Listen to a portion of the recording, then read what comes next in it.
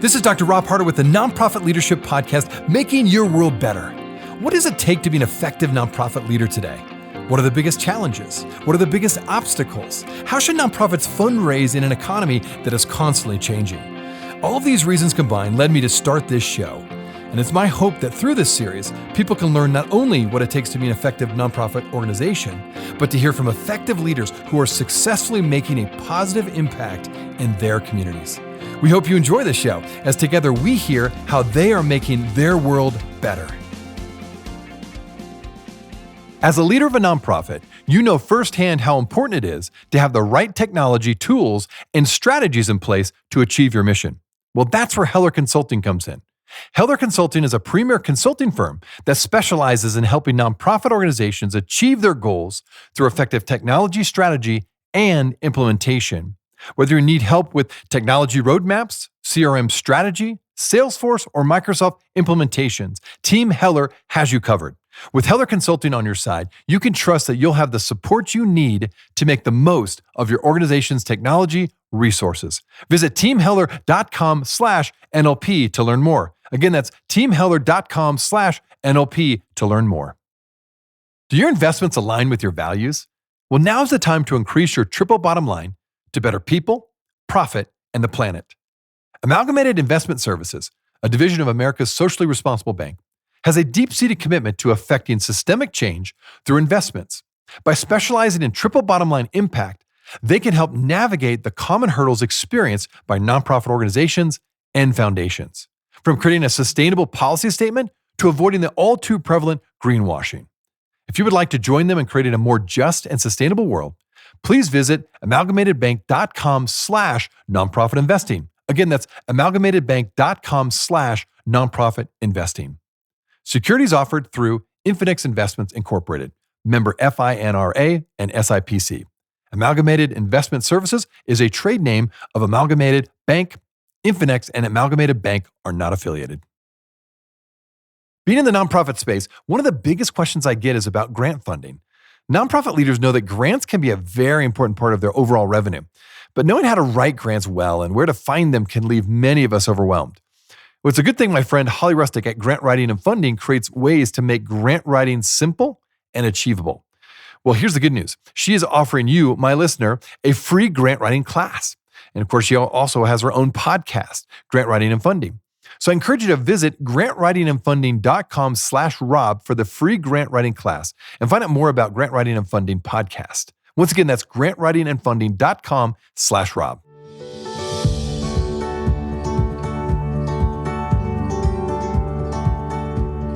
In just under 20 minutes, an average person may make 10 or more decisions.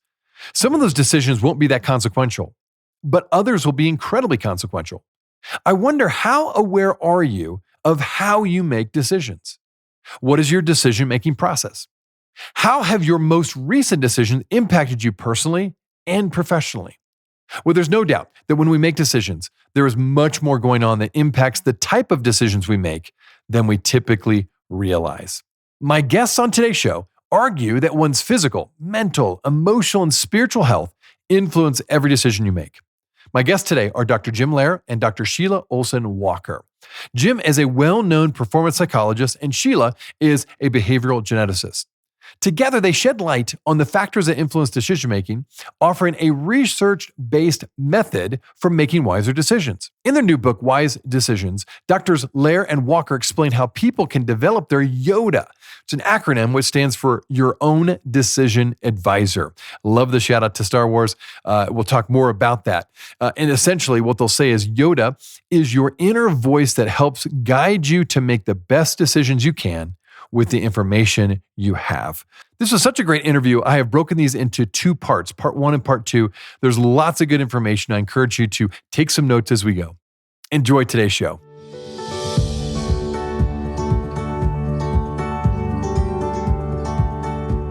Well, it's so great to have you, Dr. Loehr and Dr. Walker, on the show today. Thanks for taking time to be on it. Well, you already mentioned the YODA, our own personal YODA, so to speak, that we all have. Real quick for my listeners, then, this is an acronym for those who are listening. It stands for Your Own Decision Advisor. YODA, it's an acronym for Your Own Decision Advisor. Essentially, we could call it an inner voice that will guide us to make the best decisions we can with the information that we have. Talk more about how did you come up with this and how does this practically work? And again, maybe Sheila, you could start with this one, then Jim, you can add your insights. So we all have this incredibly powerful inner voice that is that's where the rubber hits the road in terms of the voice inside of our head is the most powerful one of all, because that's the one that's messaging us. And this can happen for better and for worse. We have the capacity to train that voice to be a coach rather than an inner adversary. And this is just like anything else, like going to the gym and building up our biceps. It's a muscle that we practice repetition. It becomes automatic and a habit that we just do, like brushing our teeth. So this inner command center is really the voice that's saying, do this, do that, make this judgment call, make that judgment call, and kind of validating it on the back end often.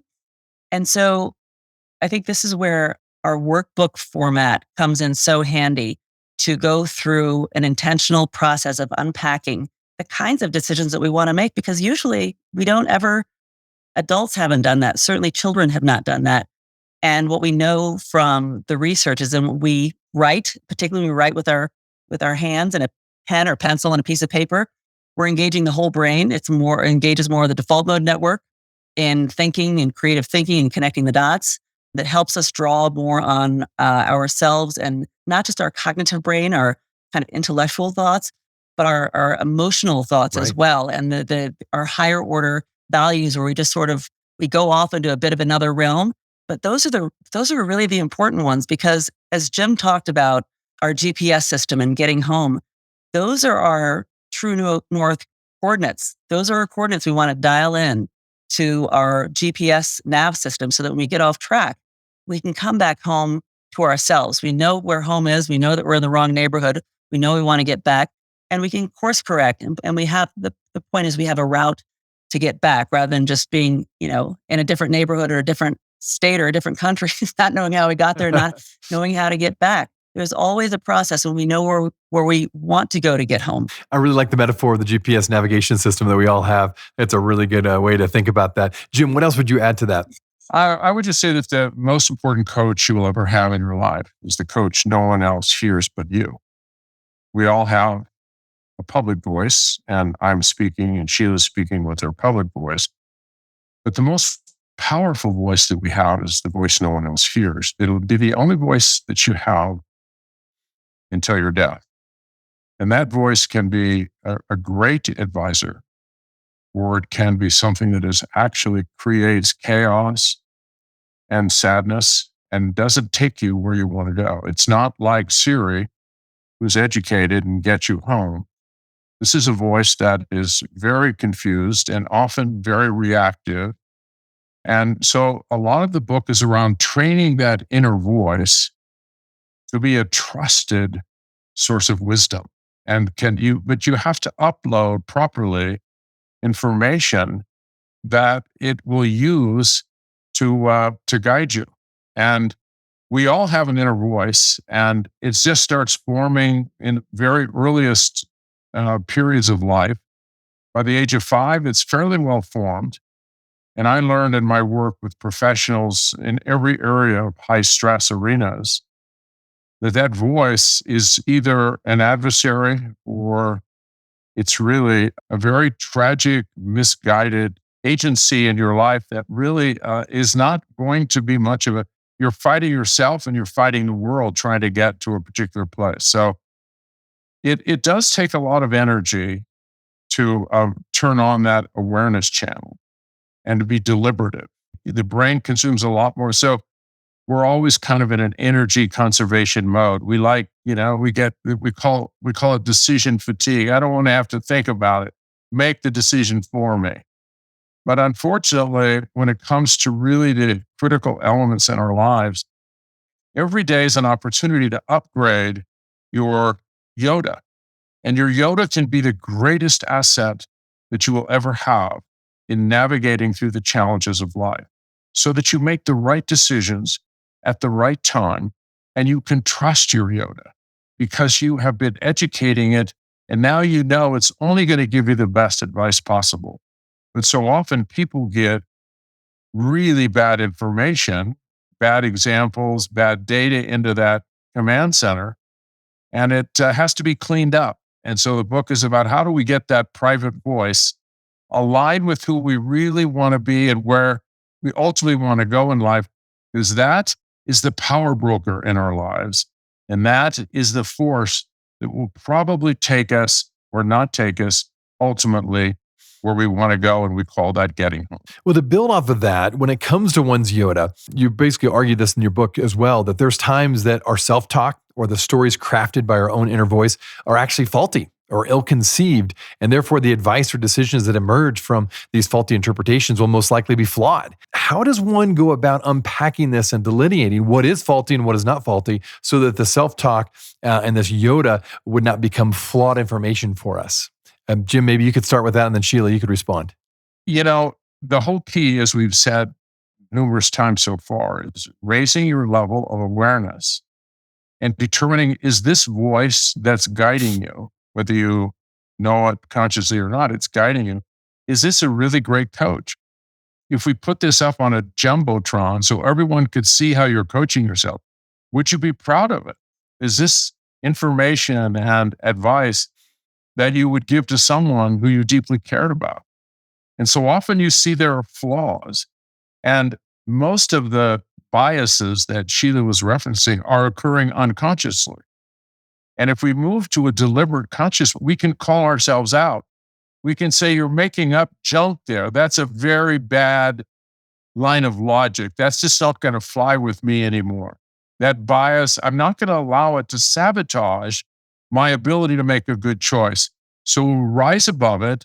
And we actually, we incorporate this superpower that we have to actually look at what's actually happening in a much more deeply ingrained part of what we're training ourselves to do. And that is not to just take the easy way, but to actually do whatever's necessary to ultimately get home. So the notion that we can change this, and maybe the most important part, we did this for years and years at the Institute for nearly 3 decades, was something that Sheila referenced.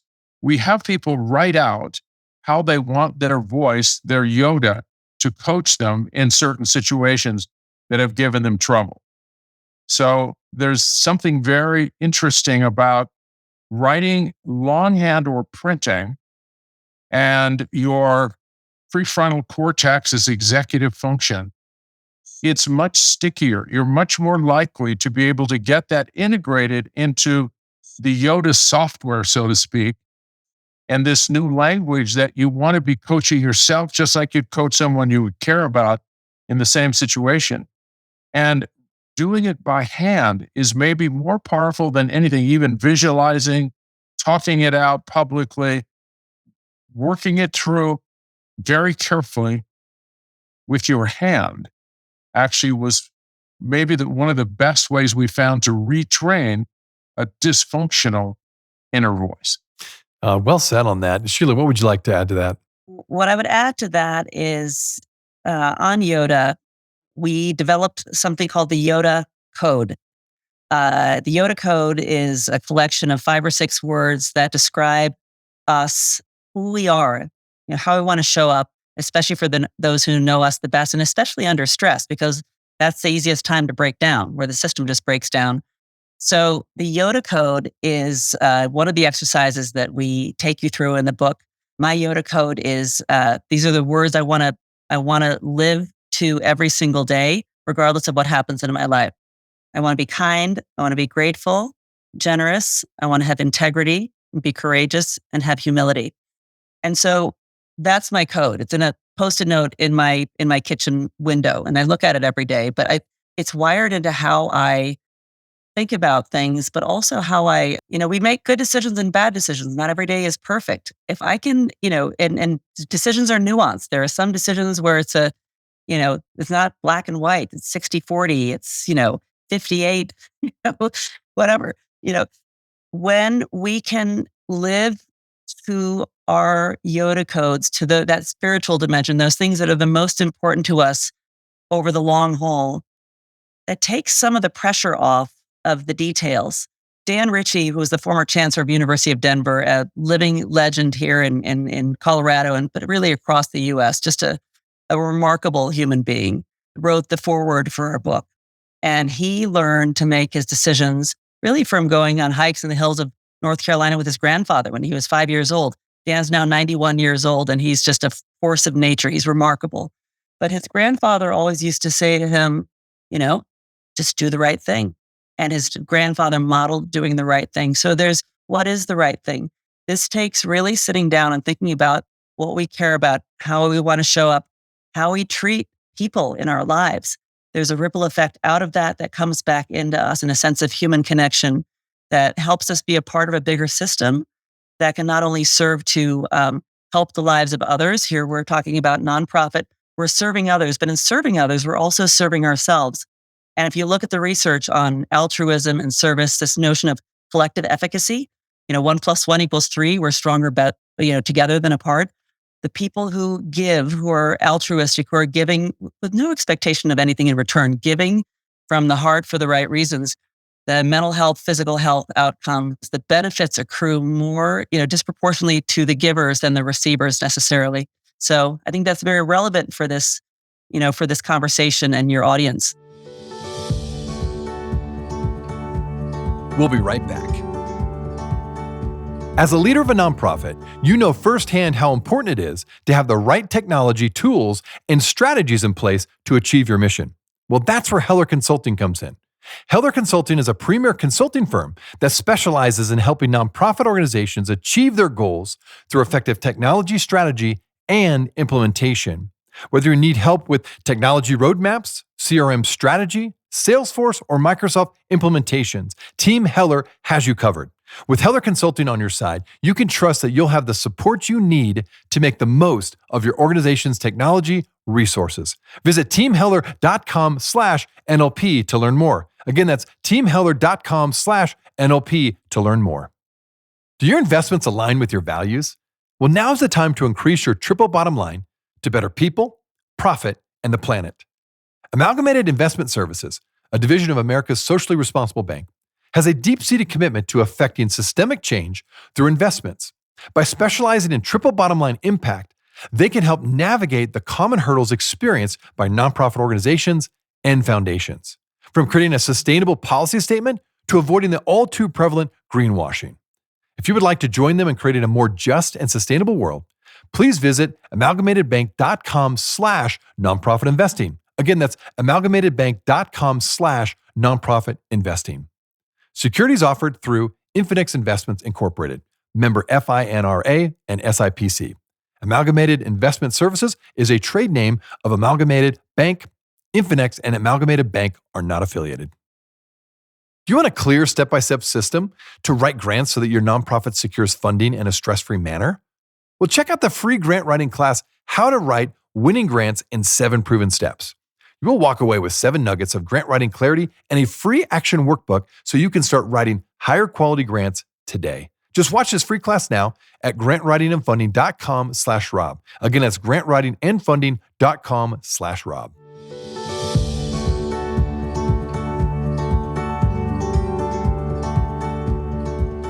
Well, I've had many leadership experts on the show, and consistently they will tell me on the show that one of the most important aspects of leadership, in fact, for many, it's the most important aspect of leadership, is self-leadership.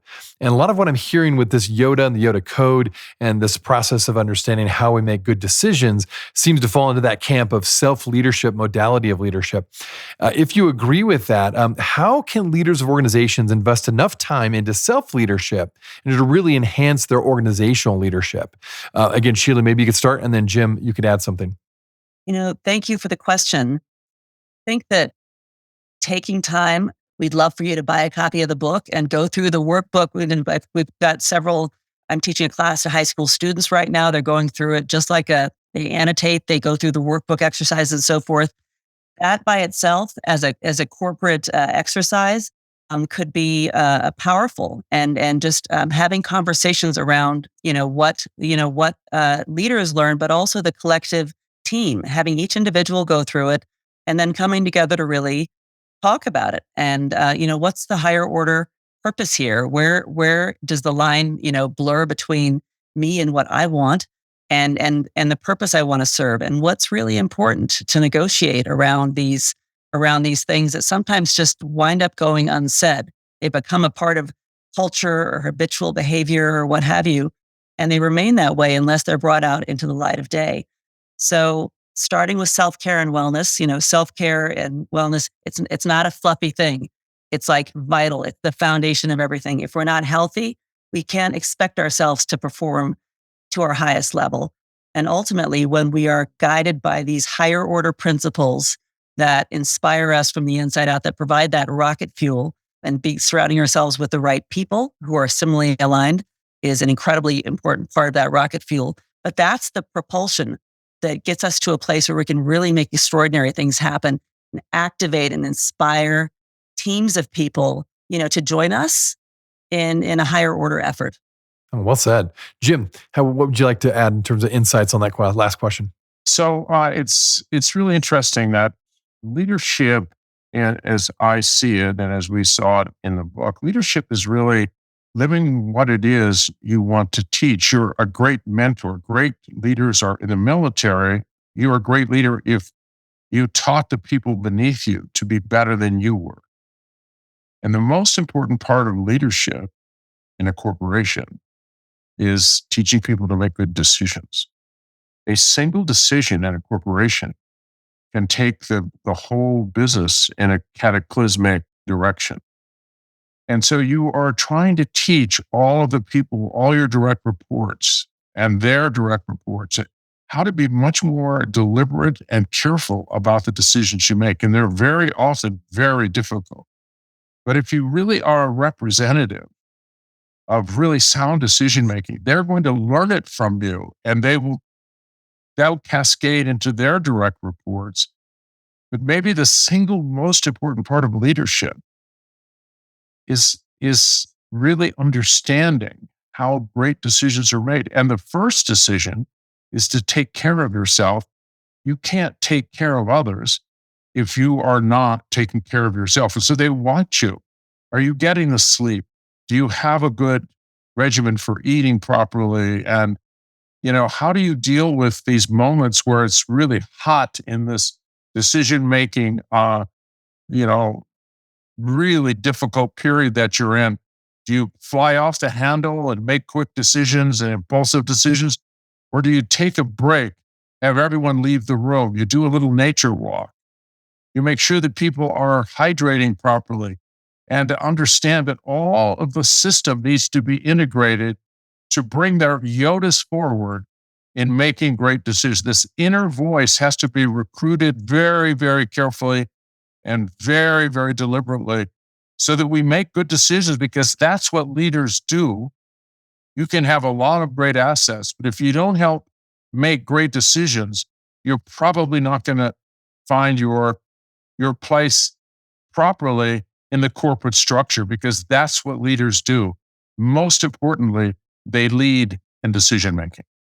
Well, this has been a fascinating conversation. I have a feeling my listeners are going to want to definitely get a hold of this book. So tell us a bit about how can they find out more about the information in this book and how to purchase the book, as well as how can they find out more about the two of you? Well, the book is available in all the bookstores. It's available online and Amazon. Both of us are very active on LinkedIn. My website is jim-loehr, Loehr.com. And I have a lot of the stuff I've done, a lot of the former podcasts and all the crazy stuff I really believe is important is all there. And Sheila has her own. Maybe you want to talk about that, Sheila. I am Sheila Ohlsson Walker.com, and I will spell it SHEILA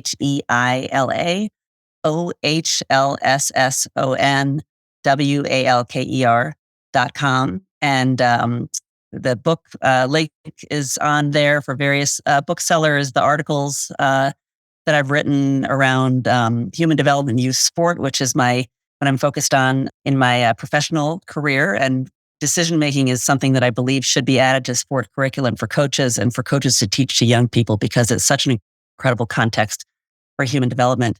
But I want to leave with one thing, which is that Jim and I and my colleague, Brian Garrity from University of Denver, spoke to a group of 35 or 40 students at a local school yesterday. And it was really about sport and mental health and purpose and these higher order ideas. And Jim put forth this wonderful question that I'd love to put forth to all of your listeners, which is, if we were to fast forward to the end of our lives and have a conversation between the person that we are and the person that we could have been, if we thought we're intentional about our decision-making capabilities, capacities, and aligning passion with purpose, what would that conversation be like between those two people, the person that we are and the person that we could have been?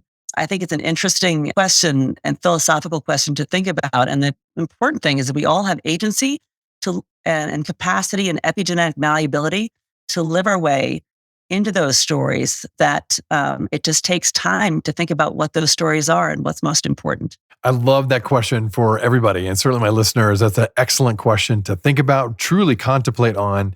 And again, just thank you both for being on the show, sharing your insights. Thanks for putting this book together. It's going to help us all become better leaders. So thank you.